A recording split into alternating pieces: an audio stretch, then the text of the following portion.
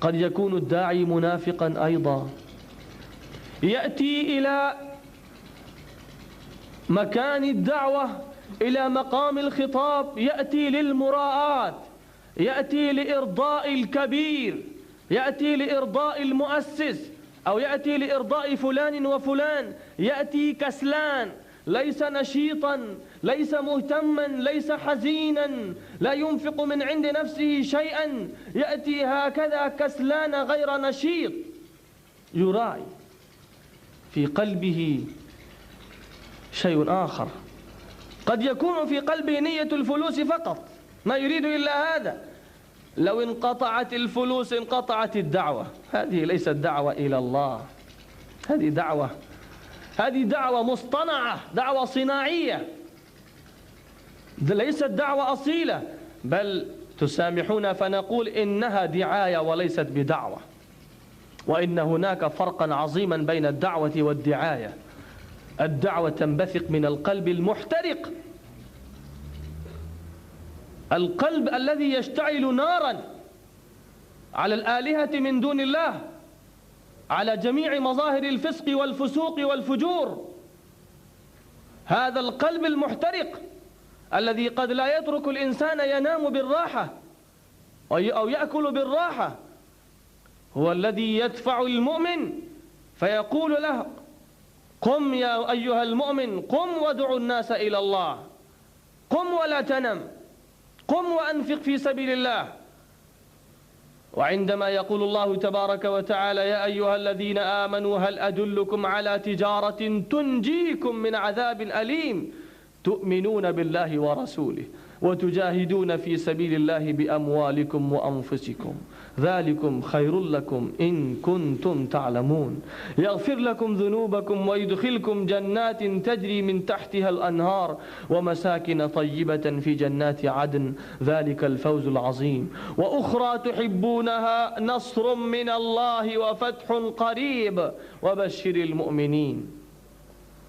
يا أيها الذين آمنوا كونوا أنصار الله كما قال عيسى بن مريم للحواريين: من أنصاري إلى الله؟ قال الحواريون: نحن أنصار الله.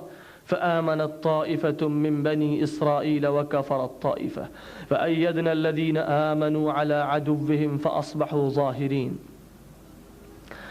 أيها الإخوة المسلمون، فرق عظيم بين الدعوة والدعاية، ولا أريد هذا الفرق من الناحية اللغوية، فإن الدعاية والدعوة من الناحية اللغوية بمعنى واحد، ولكن من الناحية الاصطلاحية العرفية في هذه الأيام فالدعاية إنما تكون بقصد تحسين سمعة شخص أو مؤسسة من المؤسسات، يراد بها السمعة الطيبة والشهرة والاسم وذيوع الصيت والتظاهر بأننا قد فعلنا وعملنا وأنتجنا والملفات وكذا إلى آخر ما هنالك. وأما الدعوة إلى الله فإن الدعوة إلى الله تبارك وتعالى تكون كدعوة الأنبياء والرسل، دعوة لا يرجون عليها شيئا من الناس، لا أسألكم عليه أجرا إن أجري إلا على الله،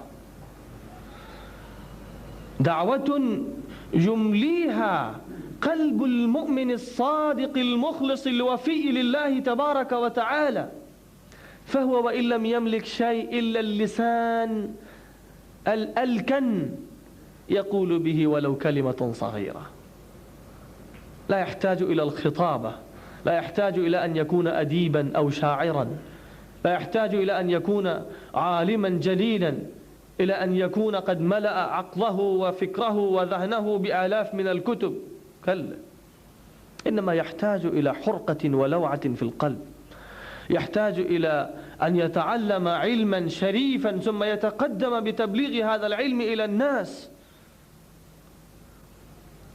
فالسمة الثانية العمل الصالح، ومن أحسن قولا ممن دعا إلى الله وعمل صالحا وقال إنني من المسلمين. هذه السمة الثالثة أن يكون الداعي واثقا بدعوته، ليس مترددا ولا مذبذبين بين هؤلاء وهؤلاء، لا إله مذبذبين بين ذلك، لا إله هؤلاء ولا إله هؤلاء، لا يكون مذبذبا ولا مترددا ولا شاكا، بل يكون واثقا كأنه يرى الجنة والنار رؤية عين، كأنه يرى أمامه الحريق. وإذا كان والعياذ بالله اشتعل الحريق في بيت، فهل يحتاج الناس إلى خطابة وإلى لسان ذلق طليق؟ هل نقول نستعد مهلا مهلا يا شيخ، نعم اشتعل الحريق، ولكن أنا أحتاج إلى أن أتعلم النحو والصرف والبلاغة والبديع والمعاني والبيان حتى أركب جملة بليغة فأؤثر بهذه الجملة في الناس، وأخاطبهم فأقول أيها السادة أيها العلماء الأجلة، لقد اشتعل الحريق في بيتنا فتفضلوا مساعدين مشكورين. إيش هذه البهلوانية وهذه المسرحية؟ اشتعل الحريق، فالطفل والصبي والعاقل والبالغ والمرأة والذكر كلهم يتقدمون فيصرخون. ولذلك فإن هنالك فرقا عظيما بين النائحة والثكلى. النائحة تنوح بالأجرة، وأما الثكلى فهي الوالهة الولوعة الحزينة المسكينة. فالداعي إلى الله تبارك وتعالى مسكين حزين، يحزن على ما يرى، لعلك باخع نفسك على ألا يكونوا مؤمنين. قلبه كأنه يتفتت، يتصدع مما يرى، لا يستطيع أن يأكل هنيئا مريئا. يأكل وهو حزين، يشرب وهو حزين، ينام وهو حزين، لأن النوم طبيعة بشرية، ولكن الحزن لا يفارقه، متواصل الأحزان دائم الفكرة، كما وصفه بعض الصحابة وصفوا الرسول صلى الله عليه وسلم. فالمسلم الداعي إلى الله تبارك وتعالى إنما يعتز بدينه ويثق بهذا الدين، وأن النصر له من عند الله، وأنه الحق المبين، وأن الجنة حق، وأن النار حق، وأن العرض على الله حق، وأن الأعمال وعرضها حق. هو يوقن بهذا إيقانا وإيمانا مثل ما يؤمن بإضاءة هذه اللمبات، بل أكثر وأكثر وأشد وأشد. والذين آمنوا أشد حبا لله، يحبون الله تبارك وتعالى لأجل إيمانهم، ولأنهم يعرفون أن الله يستحق الحب والعبادة، فيتوجهون إليه بالحب والعبادة. وقال إنني من المسلمين، أنا مسلم لله، أنا مستسلم لله، أنا خاضع لله، أنا حنيف متوجه إلى الله، إني وجهت وجهي للذي فطر السماوات والأرض حنيفا وما أنا من المشركين. قل إن صلاتي ونسكي ومحياي ومماتي لله رب العالمين لا شريك له، وبذلك أمرت وأنا أول المسلمين. هكذا المسلم يعتز بدينه، يعتز بكرامته، يعتز بعقيدته، ويعرف أن العزة لله ولرسوله وللمؤمنين. فهذه السمة الثالثة. ثم بعد ذكر هذه السمات الأساسية الشخصية الذاتية التي لا يمكن أن يكون الداعي داعيا إلى الله تبارك وتعالى بدونها، ذكر بعض شؤون الدعوة وكيف تدار أمورها. ولا تستوي الحسنة ولا السيئة، ادفع بالتي هي أحسن.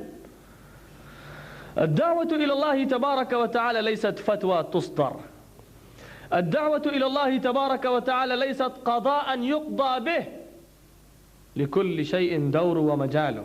القضاة لهم دور، المفتون لهم دور، الفقهاء لهم دور، ولكن الداعي إلى الله تبارك وتعالى إنما يكون أول ما يكون داعيا إلى الله يجمع الشمل، يجمع شمل الأمة، لا يفرق بينهم.